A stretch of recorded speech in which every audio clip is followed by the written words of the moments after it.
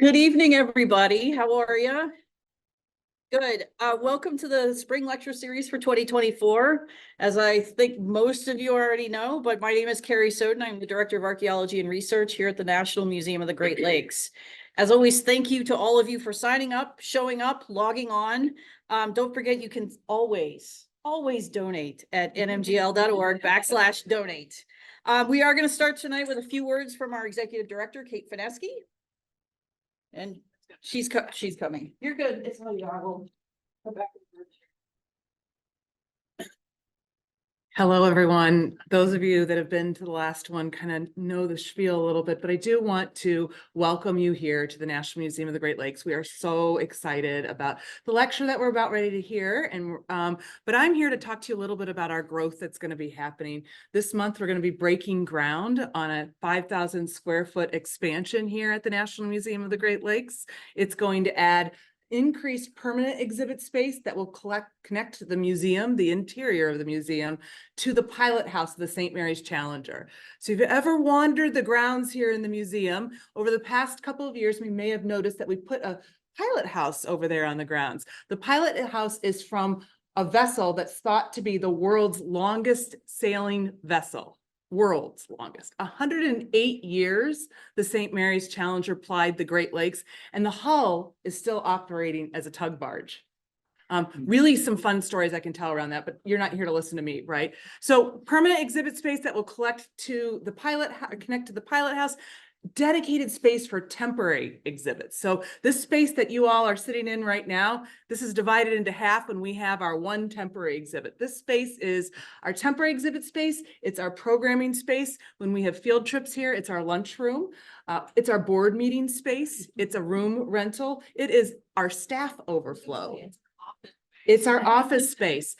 So we are going to now have dedicated space so that we can have 2 to 5 Smithsonian quality level temporary exhibits here on an annual basis. Really excited about that. And then the last part of the addition is actually going to be dedicated space for Great Lakes community education.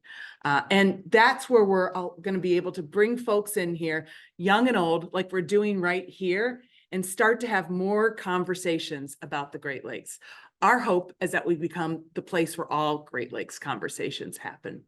So up on the monitor right there, you can see the floor plans. On your way out, we have a bigger version of those floor plans and also some rendering and modelings that you can look at to take a look at what's going to be in. This space that you're sitting in right now is going to be our new office space. Since we opened in 2014, we've moved from 2.5 employees to 25. So we really need this space in here.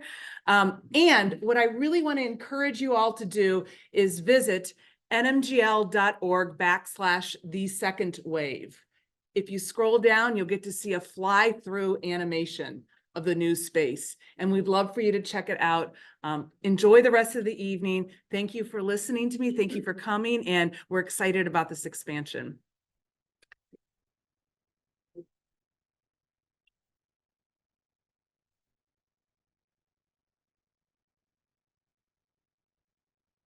All right, I'm back again. Thank you, Kate, as always. I believe me, you guys are going to be tired of hearing this by the end of the next lecture, but don't forget nmgl.org/thesecondwave. You can go visit and see everything that is going on. So tonight, as I mentioned, is the second of our spring lecture series sponsored by Impact Employment Solutions. So tonight we're going to talk about, I think, fun stuff.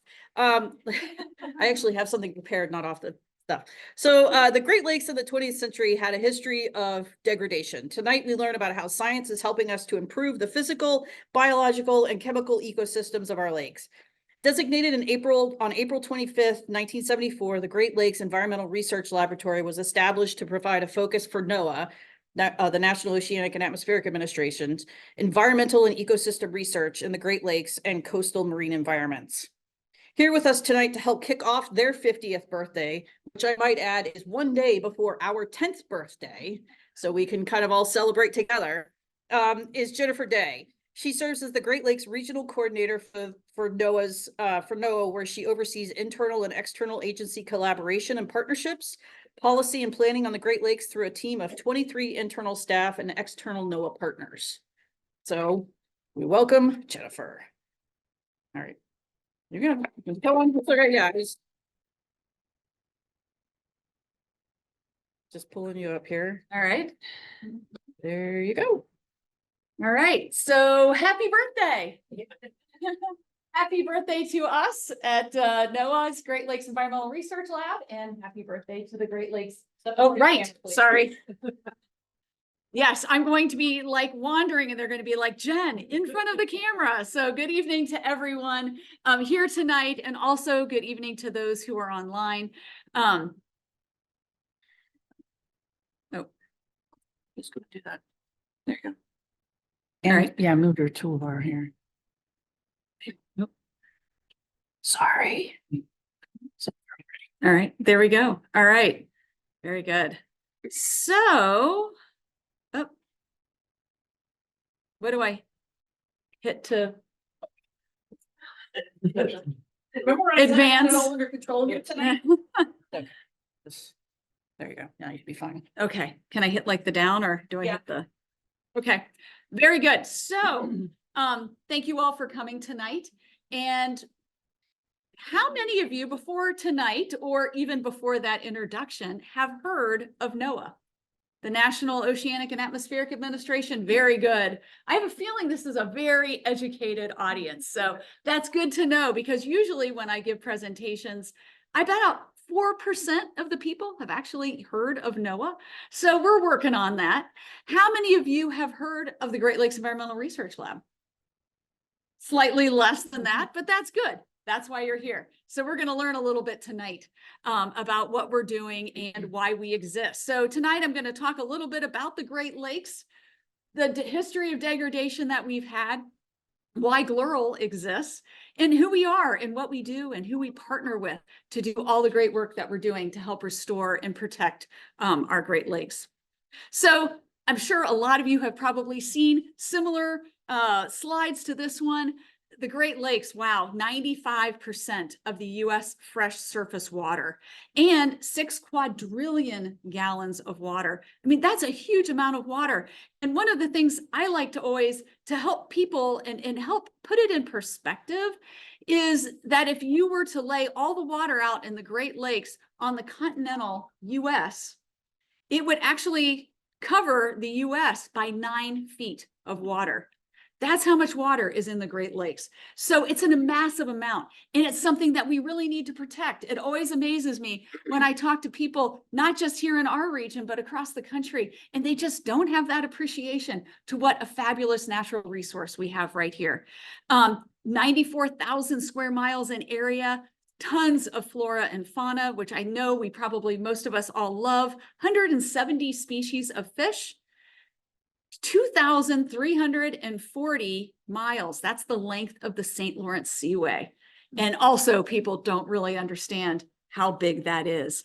And 10,000 miles of coastline. So how many of you, another quiz going here, how many of you have heard of the Boundary Waters Treaty? Even less. A few of you out there. Very, very good. So the Boundary Waters Treaty of 1909, a lot of people, this was signed in 1909 by the governments of Canada and the US because water is so important to our border. And most people don't realize that more than 50% of the border between the US and Canada is water. When you look at it from Alaska all the way over to Maine, more than 50% of the border. And at that turn of that 19th, 20th century, our citizens between Canada and the US, especially in that center part of our country, were actually the farmers were starting to go to war over water. And the governments between the two countries realized that with that much water separating our two countries or sharing that water, that they needed to do something to help resolve conflicts or prevent them from happening in the first place. So that's why they signed the Boundary Waters Treaty in 1909. Now, I have it highlighted in red here on the screen, but I think this is the most important sentence in the entire agreement, or this treaty between Canada and the US. And it's very, I thought, thoughtful and very futuristic, considering it was written in 1909. that neither country will pollute the boundary waters or waters that flow across the boundary to an extent that would cause injury to the health or property in the other country. And that was written at the turn of the last century. Amazing that they were already thinking at that time that pollution could not only hurt us, but that could be in the waters and impact us. And so, of course, we did it anyway, right? So that's where we got to where we are. The other thing that the Boundary Waters Treaty did was to create the International Joint Commission, which is what oversees the Boundary Waters Treaty, and everything that they do is pursuant to the Boundary Waters Treaty. And they have an office close by, just up the river, or up the system in Windsor, Ontario, is where their Great Lakes office is located. So, of course, as I said, we did pollute the Great Lakes throughout the entire history of industry of the 20th century. We were really looking at the lakes as the back door to our communities. It wasn't the front door, it was the back door. It's where we threw all our waste, where we threw all our garbage. The wetlands were not something that were valued. They were something where we dug landfills and put all of our garbage and hazardous waste and dumped directly into the lakes, causing huge, enormous problems. This is a factory picture. This is actually from Ohio. This is, I can't remember the name of the factory. It's a chemical plant in Fairport Harbor, just east of Cleveland. And you can see down here in that lower left-hand corner, that's Lake Erie. That's how close this industry was to the lake. And if you look up at those big lake-looking lagoons in the upper right-hand corner, those are waste lagoons from the chemical process. And if you look really carefully, kind of snaking your way through that whole entire picture is the Grand River. And this chemical plant actually manufactured hexavalent chromium as one of its products. And they would say through history that the Grand River used to run bright fluorescent green with hexavalent chromium on its way out to Lake Erie. And how we actually discovered, and so this was raised long ago, it's just an empty plain of a Superfund site. But in the late 80s, when we had super high water in 86, and we started having a lot of erosion on the Lake Erie banks, the erosion started eroding into this site, and they started discovering rail cars. So when the waste lagoons got too full, they would put all the waste into railroad cars and then bury the railroad cars. That's how we dealt with our waste, that, back a long time ago, 40s, 50s. And so when the bluff started eroding, it started actually eroding into this landfill of railroad cars. So, yeah. Yes, it is the diamond shamrock. Thank you for online who said that. Yes, absolutely correct. It is diamond shamrock. All right, so this is another beautiful picture of waste from our history. This is the Niagara River and raw sewage flowing directly into the Niagara River, just below the falls. And this is how we addressed it. We didn't say, maybe we should do something about how polluted our lakes are. Maybe we just need to put up a warning sign. This one is from the city of Cleveland. This water is polluted. It is not safe for wading or bathing. They're actually admitting that we can't have human contact with the water. And to me, and today, that just seems so scary to me, that that's the state of things. And this is the famous picture of the burning of the Cuyahoga River from 1969. And in all defense of Cleveland and the Cuyahoga River, it was not the only river that was burning during this time. It was not the only river burning in the Midwest. It was not the only river burning in our country. Fires were happening on the water all the time, and people weren't thinking that it was different or bad. It was just the way things were. And it was because there was so much oil, industrial discharge, trash, wood, things like that could burn. And so rivers were catching on fire. And it wasn't until the 60s when that environmental movement, people started looking at the water differently, that they started really thinking like, what are we doing to our lakes? So this is a little bit of the later time frame when we started suddenly the environmental movement, folks working and thinking about the Great Lakes were really realizing how polluted they were. And in the 1960s, mid-1960s, the governments of Canada and the US provided a reference to the International Joint Commission, the IJC, to investigate the pollution in the connecting channels of the Great Lakes. They were realizing the area on the Detroit River, on the Niagara River, on the St. Mary's River, all the way through the whole Great Lakes system. It was really bad. They needed to investigate that pollution in those connecting channels and in the Great Lakes themselves. So, and then of course, in 1969, we had the Cuyahoga River picture of the burning river. And then in 1970, things really started ramping up. We had the creation of the EPA in 1970, and also NOAA was created that same year in 1970. And then in 1972, another big piece of landmark legislation coming out of Congress, we had the signing of the Clean Water Act. So in 1972, we had that agreement, and the water quality agreement was signed in 1972 as well. And it's really a result of that IJC investigation from the 60s. This agreement was the result of that work and the recommendations from that study. And what it did in 1972 was really deal with that obvious pollution. It required the building of sewage treatment plants, things like that we could start to stop dumping into the lakes. So then in 1974, and this was also pursuant to the Clean Water Act, NOAA was basically written into the Clean Water Act that they needed to found and create a Great Lakes Environmental Research Lab. So that's what they did, and that's how we got started in 1974. And then in 1978, they updated the agreement, started looking at toxic chemicals. That was not part of the first agreement. Really looking at toxic chemicals. In 1987 is when they added the areas of concern, the toxic hotspots around the Great Lakes for targeted cleanup.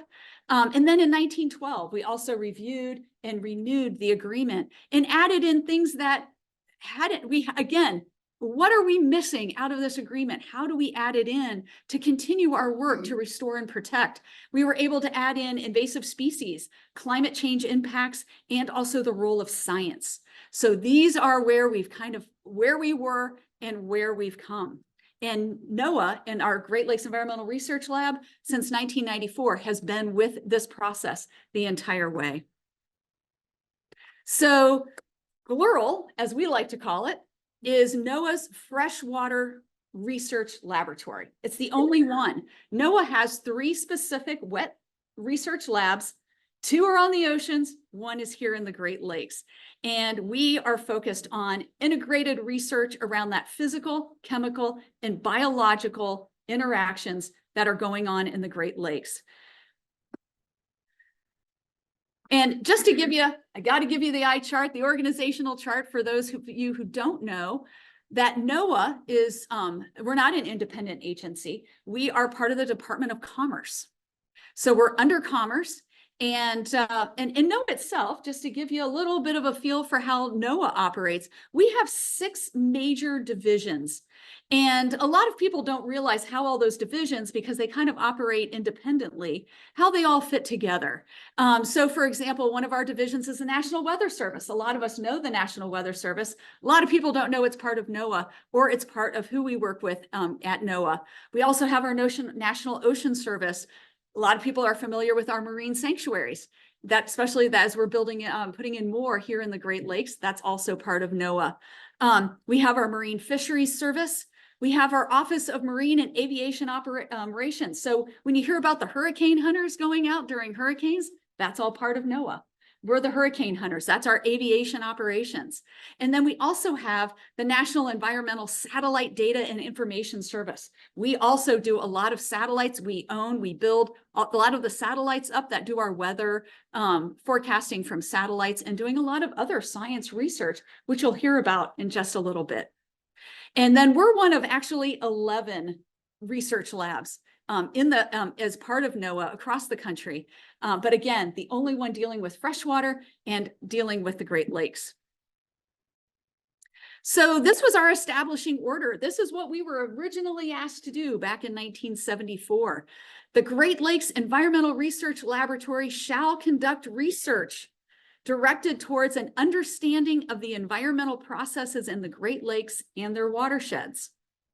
Emphasis shall be placed upon interdisciplinary systems and interdisciplinary systems approach to solving problems in resource management and environmental services for that region.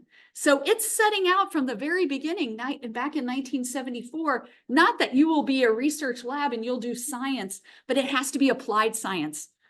A lot of the folks I work with all think that we're just sitting in our labs in our white coats doing research or doing science that we want to do. And it's not. We really, everything we do is applied. It all is coming out of the gaps that we're seeing across this region that we need answers to, and developing products and services in the data that we collect so that we can inform the public about what they need to know, keep themselves safe. So this is our mission today. We conduct scientific research on the Great Lakes and coastal ecosystems, develop and transition products and services to operations, and share knowledge and information to advance science, service, and stewardship. So that's the direction that we go, why we do what we do, and how we get it out into the hands of the people. So this is the upper left-hand corner is our facility, our research facility in Ann Arbor, Michigan, where I drove down from today. And this is our campus. And we have about 150 people that work there, and probably only about 50 are actually federal government scientists. The rest are all partners. And I'll talk about that in just a little bit. And then the next photo over to the right is our Lake Michigan field station. That's on Muskegon Lake, right on the channel on Lake Michigan. And as you know, Ann Arbor is not on the water. So this is our water base in giving us lake access. We have some research laboratories there. We also do all of our field work and that's our field station, our field work and research that's the home base for that. And also all of our vessel operations. A lot of our work takes place on the water. And so we do have a fleet of research vessels, and you can see some of them here. They're all very different because they're all used for very different purposes and different types of research. And we have 16 of them right now. So that'll give you a feel for the amount of work that we're doing out on the water during any given day during the season.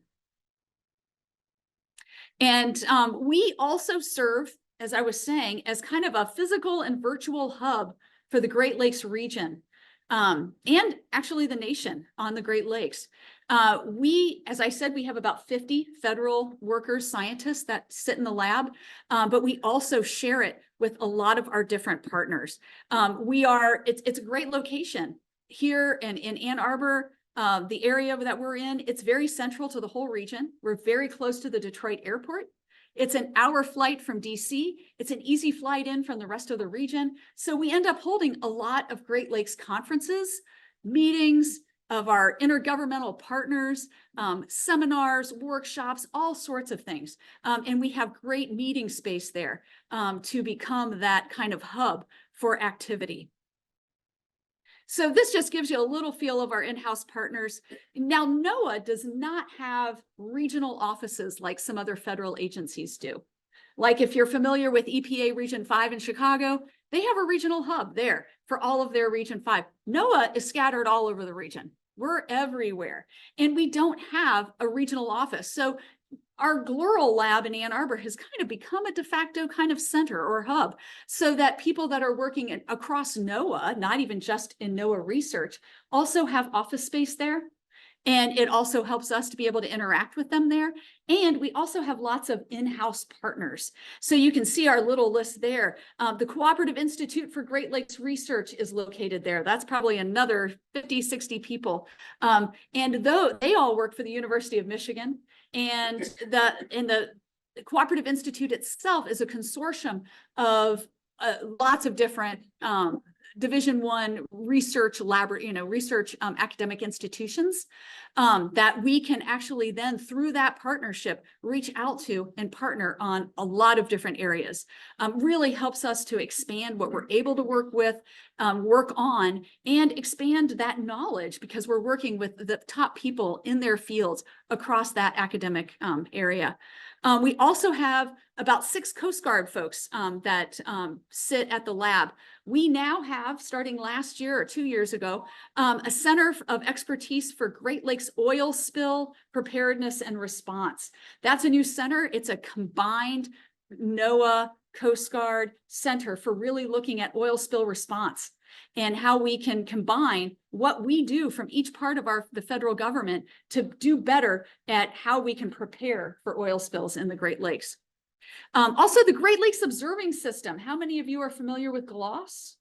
The Great Lakes Observing System, they have a great, they serve up tons of real-time Great Lakes data on their site, GLOS.us, GLOS, Great Lakes Observing System.us, if you're interested.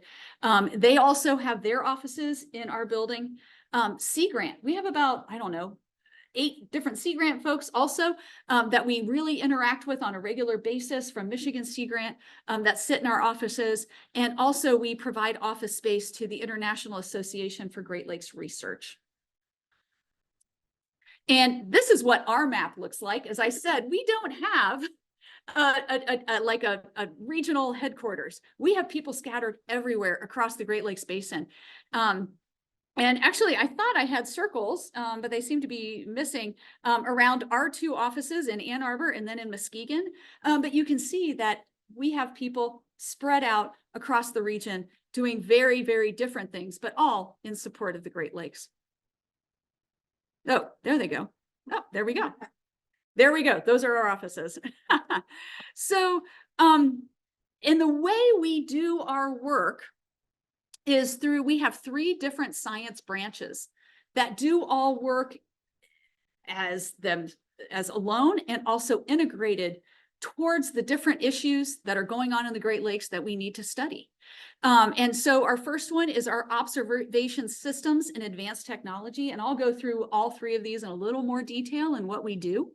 They're the ones that go out and actually collect all of our data or create the technology that we need to be able to collect the data that we do. If we have a need for sensors or we want to be able to count chlorophyll in Western Lake Erie, this department comes up with the technology and the mechanism or the platform to go out and actually collect that data, where it needs to be collected and how it needs to be collected. Then we have our ecosystem dynamics branch, and that is the branch that is really kind of that core research that we do. They are looking at what are those research questions that we need to find out more information about. They're the ones that kind of plan that science. And then we have our integrated physical and ecological modeling and forecasting. I hate that name. It's too long and people miss it by the time you get to the very end. So hopefully that may be changed sometime in the future. But for right now, what that branch does is physical and ecological modeling and forecasting, taking that data, developing numerical models, and how we go about being able to understand what's going on in the lakes through modeling, and also providing tools that can provide forecasting for some of our things, like not only understanding, say, a harmful algal bloom in Western Lake Erie, but being able to forecast where we think it's going to go in 7 days. So those are the kinds of things that we do out of our lab. And then the 4th one is actually what I'm in charge of, which is basically our communications department. It's coordination, outreach, messaging, media services. We have a lot of different things that we do where we're interacting with our partners, our internal staff, working with the news media, getting our word out about what we do in the Great Lakes. So these are kind of the core competency. These are the areas where we know we have regional needs. We have needs for the Great Lakes that we're really working on. And the first one, the wind, waves, and currents, we're really a leader in this whole area of hydrodynamics and where we're forecasting, using data about wind. We do a lot of the research and modeling of wave action throughout the Great Lakes, wave heights, when it's, using the combined weather forecast models with what we're seeing, so that we can actually develop and understand what's happening out on the lakes. And also being able to predict the currents and where those currents are going. And that's really super important, especially when we're talking about potential oil spills. And actually, little tiny small spills happen in the Great Lakes almost every day, right? So we need to be able, that's where they call us and say, where is this little spill going to go? So that they can, the EPA or the Coast Guard or the people who are responding can actually use their equipment and be able to contain the spill much more effectively if they know where it's going to go. Or if it's going towards land, what's happening there? Where is it? A wetland? Is it a protected area? Is it an area with a seawall? We need to know where that oil is going so that we can deploy the best and most effective equipment to be able to capture that. Then on the top, we do ice cover and water levels. Boy, ice cover's gotten a lot of attention, hasn't it, this year? Oh my gosh, I feel like that's all I talk about now is the lack of ice cover. We do research ice. We research what happens in the winter with ice, how much ice is out there, and putting it into models so that we can understand the ice and also be able to forecast that. So we do a lot of that research and modeling and water levels, which I'll talk about in a little bit. And also the invasive species and food webs in the Great Lakes, another big area of ours for research and also for modeling, and harmful algal blooms, which I'll use as an example later in my talk. And then we manage our regional fleet of 16 vessels. So I'm going to go back to our 3 branches and talk a little bit about what they do and how they interact with all the different parts of NOAA. So the first one, as I said, was our observing systems and advanced technology. And they really do that. They conduct that scientific and engineering research and development. They identify emerging observational infrastructure needs, and then they provide that and collect the data throughout the Great Lakes. And these are some of the cool toys that they've actually developed over the years based on needs we have here in the Great Lakes. The first one is our eddy covariance station.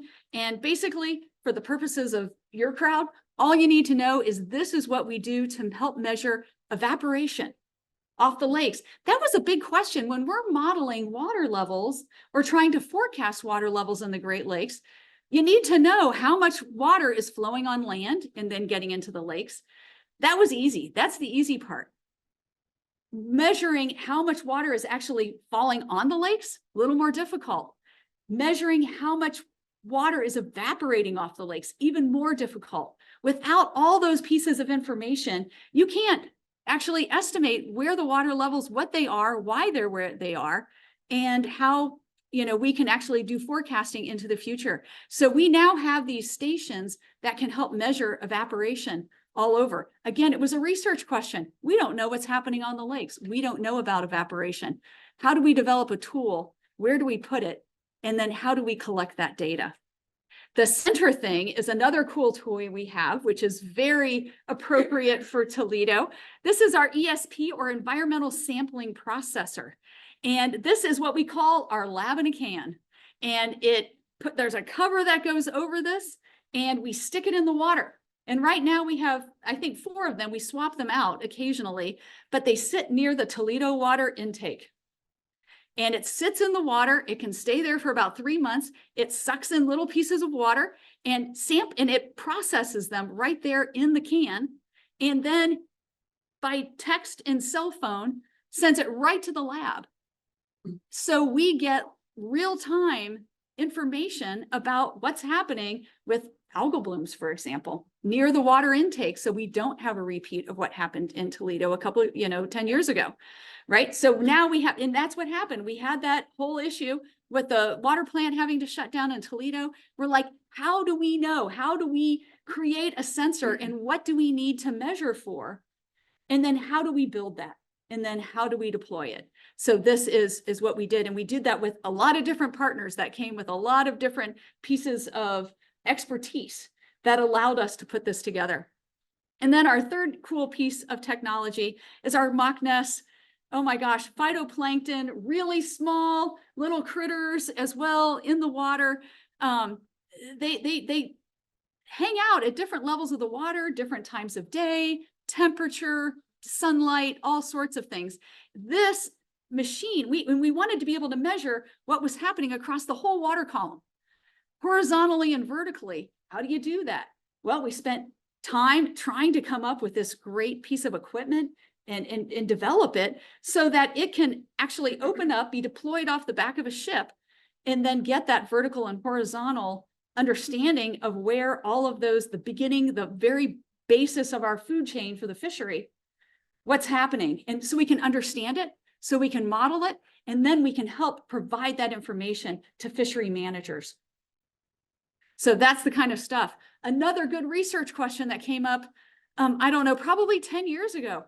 You know, the Great Lakes freeze, except for this year, but normally they freeze. And when they freeze, we stop our field season because we can't get our boats out and we can't sample. So we were suddenly starting to realize there were all sorts of research questions that were coming up, like, what's happening out under the ice? What's happening to algae under the ice? What's happening to the critters under the ice? You know, how is this impacting? What happens? It doesn't just go dormant all winter. What happens during the winter, and how does what happened in the winter influence or impact what's happening in the ecosystem of the Great Lakes in the spring and summer? Is it having in it? Can we start predicting what's going to happen based on what's happening in the winter? But how do we get out there? Well, now, because we have all of these uncrewed systems, these automated, self-driving robots that can get down under the ice, and we've just now started to build those, and we were hoping to deploy them this winter, but we ended up not needing it. We could go out in our boats this winter. But it was great. I mean, we have this great system that can actually go out under the ice, collect all the data and parameters and things and that's going on under the water, and then it can come back. And it can actually dock and through hydrogen, it can actually refuel by itself and then go back out and collect that data. So we're taking those questions, those research questions, and then how do we collect that data and come up with some of these cool toys? And then we have our ecosystems dynamics branch.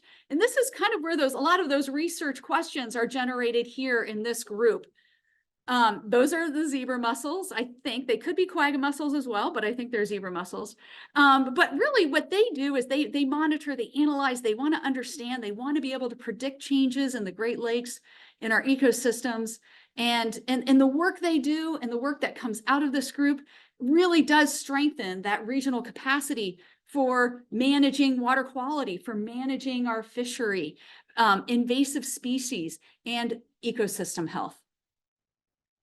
And the areas that they're doing most of their research in right now, because these are the really key areas where we need more information. The first is on invasive species, and we do a lot of work on the zebra and the quagga mussels. And a good example of some of the work they have done came with the Asian carp, or the invasive carp, what we're calling them now. And we needed to keep them out of the Great Lakes.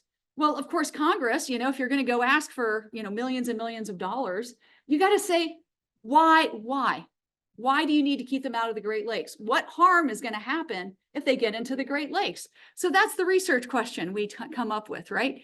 What would happen? So the scientists at GLERL were able to take information about the feeding habits, other things with the different kinds of invasive carp, and really put it into our fishery models. And what would happen to the lakes or to other species, to salmon, to lake trout, if the Asian carp got in? We could actually model that with real data and then use that as the foundation of the information when we go to Congress and say, we need $100 million to keep them from coming up the Illinois River from Chicago and into Lake Michigan, that we actually had data of how much it would decimate the actual fishery in the Great Lakes. That's how we get our money out of Congress, because they need that data. So that's some of the work that we have done. Of course, we're working on fluctuating water levels. Not that the water levels aren't always going to fluctuate, but it's always helpful for people and a lot of industry to know what we're predicting based on weather patterns and things like that.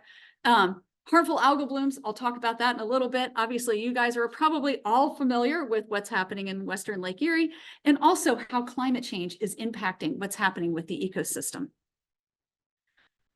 And then we have our modeling group. They conduct really innovative, cool research and develop these models that help us understand what's happening in the ecosystem, and then being able to predict what might happen under changing circumstances, to really predict that physical, chemical, biological, the whole ecosystem response of the Great Lakes due to weather impacts, due to climate, due to human-induced changes, like say even the introduction of invasive carp. How do we use that modeling to help us understand what's happening, predict what might happen, or forecast different types of events? So that just tells you a little bit about some of the different things that we model to help us understand how the ecosystem's working. But I think an important part of what we do isn't just doing this research, coming up with the data and coming up with these types of predictions and forecasts, but it's also how do we create tools then that communities or the public can use to help them understand or be able to interact with the lakes. And so we develop these different types of systems that we test at the laboratory, but once we know they're operational, then we actually transition them as a full product or a tool that we can then use. So for example, I think I'm going to talk about it in a little bit, but our HAB tracker, that was something that we were coming up with and modeling, a forecast, a 7-day forecast for where a harmful algal bloom in the western part of Lake Erie might travel to next, so that water intake managers can change how they're treating water coming in from Lake Erie based on where we think that bloom is going to go. So that's a product that we actually developed, and we transitioned it to another part of NOAA that can then, we still provide all the data. They run the tool, and they're the ones that market it and get it out there to shoreline communities, to water intake managers, so that they can actually manage and prepare for it. So here's our harmful algal bloom forecasting and research. We do a lot of work in this area. And you can tell Western Lake Erie is definitely the hotspot for a lot of the research we're working on. And what we're learning that is now being used in other parts of the Great Lakes, but even in the salty coasts as well. So, we have buoys that are out in Western Lake Erie off of Toledo. Data is collected continuously through these buoys. We also do weekly monitoring and sample collection by vessel. We go out and also collect. And a lot of what we are getting from the buoys kind of helps us figure out where we need to go and do those hand samples, do a lot of human visual observations of what we're seeing. We have real-time data that we're collecting, as I said, through that environmental processor, that lab in a can. So we're getting all of that information in real time. We also use satellites. We have satellites up in space that are monitoring Western Lake Erie all the time, so we can actually get satellite views of where the harmful algal blooms are. And on cloudy days, you can't really see a whole lot from space. So we also have aircraft that are fitted with hyperspectral cameras that can then fly over the Western Basin and find out where those harmful algal blooms are and give us that spatial sense. So we have all of those, and we also have uncrewed systems. We have one that looks kind of like a little torpedo that goes out into the water. In areas where we want it to, we can program it. It'll go out and come back, or run different transects and give us the information we need. And then in the bottom corner, you can see this is our newest one. We're really getting excited about putting that out this summer. Looks kind of like a sailboat without a mast, and it cruises around in the Western Basin. It can go out there for 2 weeks and help us collect data where we want it, and then it will automatically go where we want it to. And that's my favorite picture of an algal bloom. If no one's actually seen what an algal bloom in Western Lake Erie looks like, you can actually see this is Maumee Bay and the Maumee River coming out in Toledo. That's what they look like. It's pretty amazing when you see them from up above. So really what we do like to do is really converting that real world observation into data. Then what do we do with that data? How we collect it, develop models, develop understanding, develop forecasts, things that people can use, applied research that we all use every single day. And those types of observations help us with stakeholder decision, government decision making, additional studies or assessments. Where does it take us? We create models and ultimately predictions and forecasts of what's happening in our ecosystem that impacts the fishery, how we interact with the lakes, water levels, all sorts of things. And this is a picture of our bulletin. This comes out during the HAB season every week. And it shows where the severity of the harmful algal bloom is. It's something you can get through your email. And then it also is in motion, and it shows the 7-day forecast of where we think the bloom's going to go and where it's going to be the most severe. And we do also, a lot of what we do, as I said, is applied. And it does impact, or it supports and provides information for policy of what's happening in the Great Lakes. So we support the Great Lakes Water Quality Agreement. For example, we provide a lot of the data that decides on how we update phosphorus loading targets for Lake Erie, for example. Then we also are one of the leaders on the congressional, the U.S. Legislation on harmful algal bloom and hypoxia Research and Control Act. We're the leads on that, developing the science and the assessment of harmful algal blooms in the Great Lakes that gets reported back to Congress. We provide information to the International Joint Commission for boundary waters, water level issues, invasive mussel collaborative, the Great Lakes Restoration Initiative. We're very active in that. And also the Great Lakes Fishery Commission. We provide, for example, the annual data and information to the Lake Michigan Technical Committee on the lower food web so that they can actually work on developing the fishery management, what the catch limits can be, things like that, based on our data. And as I said at the very beginning of this presentation, everything we do is based on partnerships, or almost everything we do is based on partnerships. We don't have the capacity or the people to do all the work we do, but we can reach out to a lot of different facilities, through our partnerships and through official channels to lots of different research academic institutions, to the private sector, to environmental consulting firms, to nonprofits, and really leverage the knowledge and needs of all of these groups to come up with what we do. And just for example, and we even do that across NOAA. So for example, our weather service, the National Weather Service, does like to work on predicting lake effect snow. And I'm sure it's very important to say Erie, Pennsylvania, or Buffalo, New York. And what we do now is combine the Weather Service models with what we're seeing with temperature and currents and things like that, that all the ingredients that you need for lake effect snow, so that they can do a better job of predicting when we're going to have lake effect storms, because they need that water data in order to know when those storms are going to get generated. And of course, our Lake Erie HAB forecasting system, that takes a lot of different partners across NOAA to come up with the information we do. Again, SGLR, this is our Cooperative Institute for Great Lakes Research. They're at the University of Michigan, but they're a consortium of all sorts of different academic institutions. You can see their little logos all in that little circle, but it also includes the Nature Conservancy and the National Wildlife Federation, Limnotech, which is an environmental consulting firm, and so are the rest. That's who are, we come up with a problem. We need technical help, or all sorts of different things. We have all sorts of partners we can go to help us do the work we do. And of course, communications and outreach is just as important. We work heavily with Sea Grant, which is a core partner of NOAA. They have Sea Grant offices all across the Great Lakes. We work very closely with them. And obviously the Great Lakes Restoration Initiative. It's a collaboration of 16 federal agencies. NOAA is one. We have funded over 500 projects internal to NOAA for work we're doing on the Great Lakes. And we've also, through that, have received over $350 million for the work that we're doing that's helping to support the restoration of the Great Lakes. So in summary, we're a freshwater research laboratory. We're 50 years old this year.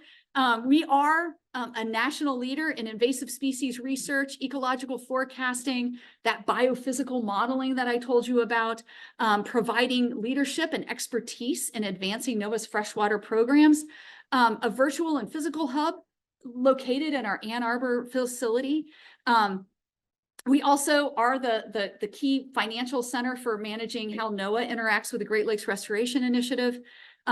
And really stewards and leaders of Great Lakes research and vessel management. And another thing that we're very, very proud of is that we're very committed to helping train the next generation of environmental scientists. It's so important to bring those folks up from high school or even younger. How do you get kids, even at 6th grade or elementary school, excited in these sciences that someday will help lead them into wanting to go into these fields and hopefully stay here in the Great Lakes. So with that, I think we can take questions, and I have no idea what time it is. Let's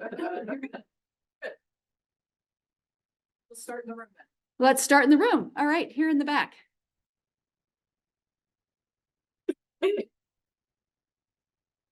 Yes.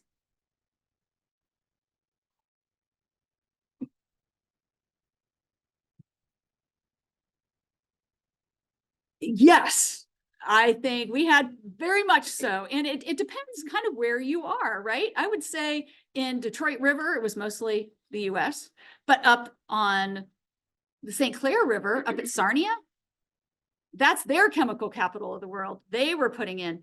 Niagara Falls was probably a little of both, St. Mary's. I mean, it depends where you are, but definitely both countries were understanding that both were responsible and both doing the same thing. Yeah.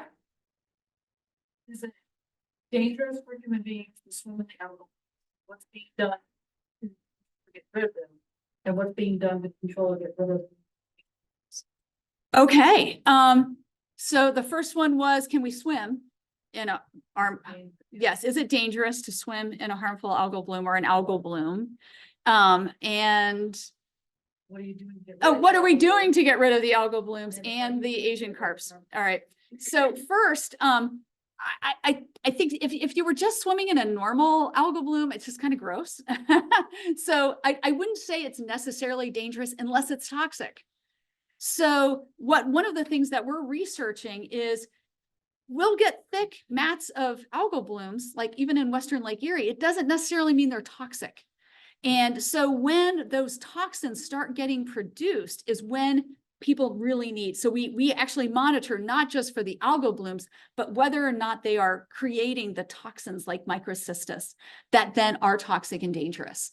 That's when we know they're becoming toxic, that's when, you'll hear it on the news. Pets shouldn't go in the water, don't swim. Those are the kinds of things. And even breathing it in can be very dangerous. So we're actually doing research on what happens. What are the environmental conditions that take a normal, say, harmful or regular algal bloom and then turn it toxic? So those are some of the research that we're doing. But right now, really all we can do is once we know they're toxic is to make sure that the public are aware. What we're doing about it. Oh my gosh. That is probably the question of the century. Definitely. I mean, this is where we have all these different federal agencies that all have different pieces of that pie that we are working together. We do work very collaboratively to try to figure that out. Say, for example, NOAA, we only work at what's going on in the lakes. So one of the research areas we're studying is how zebra mussels are actually contributing to harmful algal blooms, and especially in the near shore. Yes, because they like to eat, they filter feed. And they don't like they don't like the stuff that actually causes a lot of, they don't like the microsystems, they don't like that, and then they spit it back out. There's a very technical term for that. But anyway, so there's all sorts of things that can contribute and run off from land, but we don't do that part of it. But we all work together. We have committees where we're making sure that we're understanding what's happening, and we're trying different things from a management standpoint to help try to reduce those. But then we keep finding new things that could be contributing. So it just keeps making it more complex. When it comes to the Asian carps, that is all physical. That's how we're trying to keep them out. And we are, I think, so the Army Corps of Engineers did a big study. I think they came up with like 17 different ways that, in pathways that the Asian carps can actually get into the Great Lakes. And we're clicking them off one at a time. Really focusing, shutting that one down, shutting down the entrance like at Ohio at, I can't remember, like south of Akron, wherever the boundary is between the Ohio River and the Lake Erie watershed, kind of over by Akron, south of Akron, that we're working to cut that point off. At Fort Wayne, Indiana was a big one. We got that one cut off by putting in a huge berm across this wetland. And the big one right now is the Brandon Road project. How do we keep them from coming and swimming further up the Illinois River and the Des Plaines River? So Is this algal bloom different than the green stuff we saw in the 70s? Can you repeat the question, please? Oh, sure. She asked, how is the algal blooms today different than they were in the 70s? I don't think they are much different, maybe chemically, but again, we're always learning more about how these things are caused and where that's coming from. So our understanding of it has changed. Yeah. Oh, do we want one on? I was like, I've got a couple here. So you kind of answered these. It's when the question is phrased a little bit differently. I've got two on algal blooms. One is part of your investigations, where they're coming from, meaning, from animal feedlots, looking at them on the watershed, et cetera, et cetera. And then you kind of did this. What kind of research are you doing to help end the algal blooms? So our research isn't directly how do we end the algal bloom, which I think is the question, how do we end the algal bloom? But it's more of continuing to try to understand what's causing them. And if we can get down to the root cause, and there may be several, how do we, like, for example, runoff from agricultural sources? How do we, what mechanisms do we have as a government to help reduce that? And what does that mean? But there are all sorts of different reasons or sources for those. And so it's really, how do we understand them? And it's a two-part. It's not just how do we end them, but also how do we work to manage and just inform and understand and predict. So we're taking it from both angles. But the ending one, every time we think we have it licked, boy, something else pops up and we've got it wrong, or we're still learning. It's very complex. Yeah, in the back.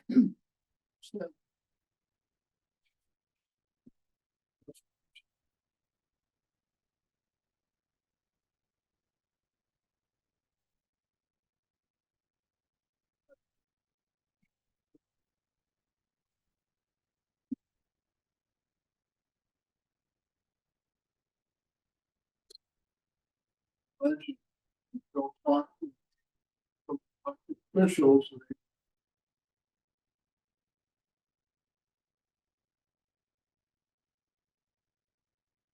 Companies taking money spent aside. Problem is they weren't doing it. House water were most of the species. What have you done? Have they established a system, or are you just waiting until it comes? So yes. The question in the room is about ballast water and how ballast water was a vector for bringing in invasive species into the Great Lakes. And it's something that we've been very active on. Actually, we have been for about 20 or more years. Dave Reed, awesome, retired from GLERL for several years now. He was the leader in looking at ballast water as a source and getting into the ballast water tanks, figuring out what kind of critters they were, how the ballast water tanks worked, how they were getting resuspended, getting put out into the lakes, being introduced. And I got to say, we've actually been way successful in that area. So I don't know who you've been talking to, but it's actually been very successful. And in fact, I think we've had one introduction and it wasn't ballast water in the last 14 years. 1 or 2 introductions. So we went from being like 10 or 12 a year to almost none. We've pretty much cut off the ballast water as a vector. And one of the main reasons is because now, before salty ships enter the St. Lawrence Seaway, they're required to do a ballast water exchange with salt water. And the US Coast Guard and the Canadian Coast Guard down in the St. Lawrence Seaway early on actually go down and they test the ballast water to make sure it has a certain amount of salinity that hopefully will kill any freshwater organism. And so we have regulations now all the way up, and we've pretty much cut off that as a vector. Yep. Yep. You work with the marine research facility that's located next to the Maumee Bay State Park, and some universities are looking in that. I don't know. I'm not familiar with that one, but that doesn't mean much because I'm not one of the scientists who would work down there. But I'm not familiar with it, but we have partners obviously across the region that we do work with. I'm not familiar with that facility, but it doesn't mean we're not working with them. I think it's the Lake Erie Center that's associated with University of Florida. Okay. Do we have, I just want to make sure we're capturing people online. Because questions that I'm interested in. Somebody, and again, whether or not, somebody asked, this must have been on a slide, when's a meteor tsunami, meadow tsunami? I'm only asking this because we talked about one that happened in 1912 on a regular basis. Okay, yeah, absolutely. So, and I was going to mention that, and I totally forgot. So I'm so glad. Oh, yes. Yes. So the question is about meteor tsunamis.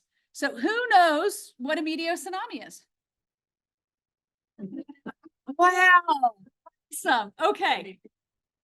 It is kind of. So a regular tsunami that we hear about in the ocean is a displacement of the ocean floor from usually an earthquake or something that then causes the enormous wave that then can hit shore. That's a tsunami. In the Great Lakes, we have what we call meteotsunamis, which are meteorologic weather-created tsunamis that actually creates these waves. When we get those huge squall lines and storms that will cross over the Great Lakes, they actually create such a difference in barometric pressure that it creates a wave, and the wave can hit shore, and it can change the water levels through these meteotsunamis by like up to 5 feet. I mean, they're not enormous, but it's enough that it could impact a beach. It could impact a beachgoer. It could impact infrastructure. So we have these meteotsunamis, and what's really cool, we've been able to model them and actually look at the wave data and watch these meteotsunamis get created because of a huge storm system or, across the lake, especially like on Lake Michigan. That's where we've modeled a couple of them, where we can see the wave moving and hitting the shore, and it bounces off and then goes across and hits Chicago and moves around. And we can actually see the wave actually pinging around the entire Lake Michigan basin. It's really fascinating. It's fascinating work. I'm going to unmute myself. So you Oh, okay. Okay. This is just sort of an aside to the meteor tsunami and why I wanted to ask that, Yeah. because on April 14th, 1912, Ashtabula had a meteor tsunami that ran into the Colonel James M. Schoonmaker and did some damage. And everybody else know what else happened on April 14th, 1912? Titanic. Right. So that's our Titanic story for the day. Because who doesn't like a good shipwreck?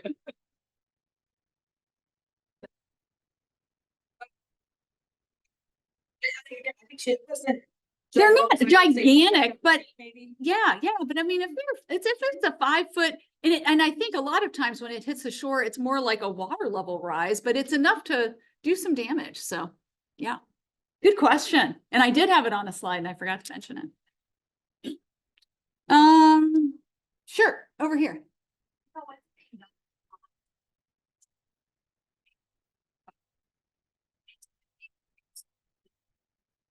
I have no idea. That would be an EPA question or an Ohio EPA question. It is a good question, but yeah, that would definitely be more of a regulatory question. Yeah, definitely a Ohio and an EPA question. Yeah. So we do a lot of the research, and, oh, yeah, I'm sorry, the water, he asked about water levels for the summer, what they might do. So we do a lot of that research, and then we turn over all of our data and information over to the Army Corps of Engineers, and they're the ones that actually put out the water level bulletin and the water level forecast. That all comes from the Army Corps of Engineers out of our Detroit office.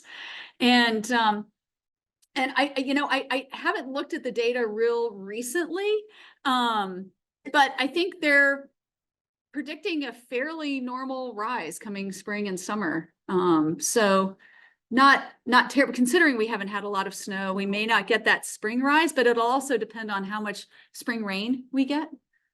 You know, I've lived on this lake my entire life. Mhm. But all that time I keep hearing about these long-term cycles of Lake Erie. The 5-year cycle, the 7-year cycle, the 30-year cycle. And I've seen water all over the place, from the 70s where everything was flooded to the 60s when there wasn't a drop of water out there. Is everything through that? Yeah, there definitely is, but it's being shaken up now. I mean, we used to always kind of think about a 30-year cycle of kind of low to high. And we've definitely had periods of record lows and record highs, but now we really don't know. And the problem is that even in the last decade, what was it? We had the record low levels that, like, I mean, we broke records in, I think it was 2013, 2014, or whatever that time frame, where we were breaking records from like the 20s and 30s. And then literally 7 years later, we broke a high water level. And I mean, literally in 7 years, we went from record low to record high. And that was absolutely unheard of. I don't know the answer to that question. It's work that we're doing here at GLERL, definitely, and other researchers across the Great Lakes are doing really great work in trying to figure some of that out. But you know, weather patterns. I mean, there's climactic weather patterns, there's global weather patterns, there's more localized weather patterns that affect, you know, how the weather, the rain, evaporation, all of that stuff, and how it all plays into water levels. And but that was what we saw since 2013 was pretty extreme. And we're only expecting it to become more extreme like that, more extreme highs, more extreme lows, and closer together. Yeah. Okay, I'm gonna sort of asking about modeling and water movement around oil spills, and you know, sort of asking that specifically, was there good modeling done if the pipeline in Mackinac Straits was ever to get punctured or ruptured in some manner? Like, how far spread would that go? What does the modeling say? Oh, okay, yes, that's obviously driving a lot of the research that we're doing. Is the whole issue. The question was about Line 5 and the pipeline across the Straits of Mackinac and what would happen if that were to rupture. I can tell you that NOAA is very engaged in a lot of the simulations that we do. We do a lot of response practice up in that area. And really, and again, there are lots of different agencies at the state level, at the federal level, that all have different parts of that response. And it takes a village really to do this kind of work.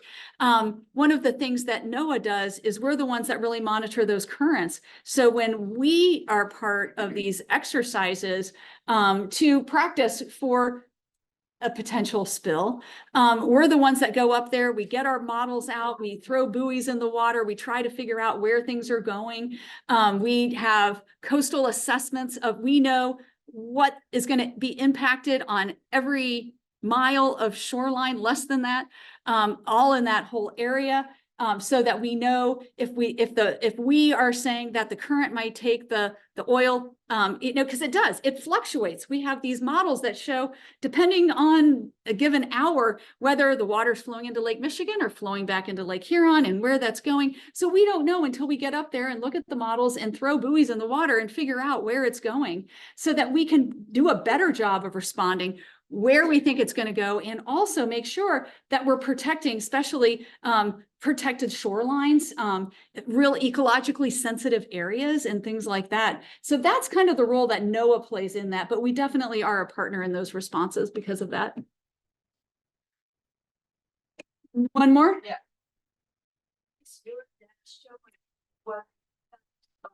Less ice on the lakes is having. We're working on that. We're still actually technically in the ice season, even though I know it's like 76 degrees. I mean, there are winters where, I mean, the 1st of May, we might still see 25% of the lakes frozen. So we're still actually in the ice season, regardless of what we're seeing out on the lakes right now. And we're getting that question a lot. What is going to be the impact in the summer? Also on the fish, like for example, lake whitefish. They spawn under the ice. That's where they can protect with their eggs. And we go out and we monitor what kind of spawning is happening and egg protection for the lake whitefish. And, you know, and so we don't know right now what impact that's going to have, say, on that recruitment year. All right.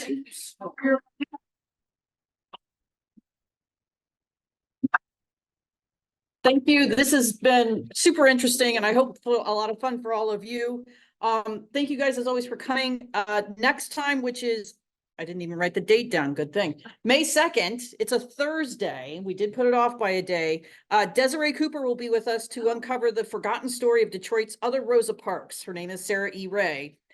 She had a landmark court case challenging discrimination on a boblo boat, which paved the way to the end legal segregation in America.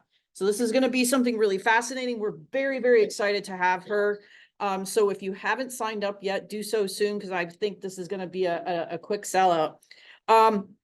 Also with that meeting on May 2nd is going to be our annual membership meeting, which we will start right at 7, and hopefully Desiree will be on by 7:05 or 7:10.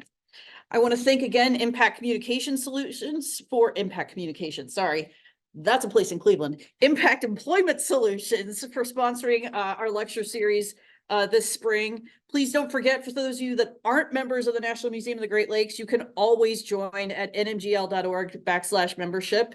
And for information on the second wave, nmgl.org/the second wave. So thank you all for being here tonight, and we will hopefully see you again on May 2nd. And thank you all online. Have a great night.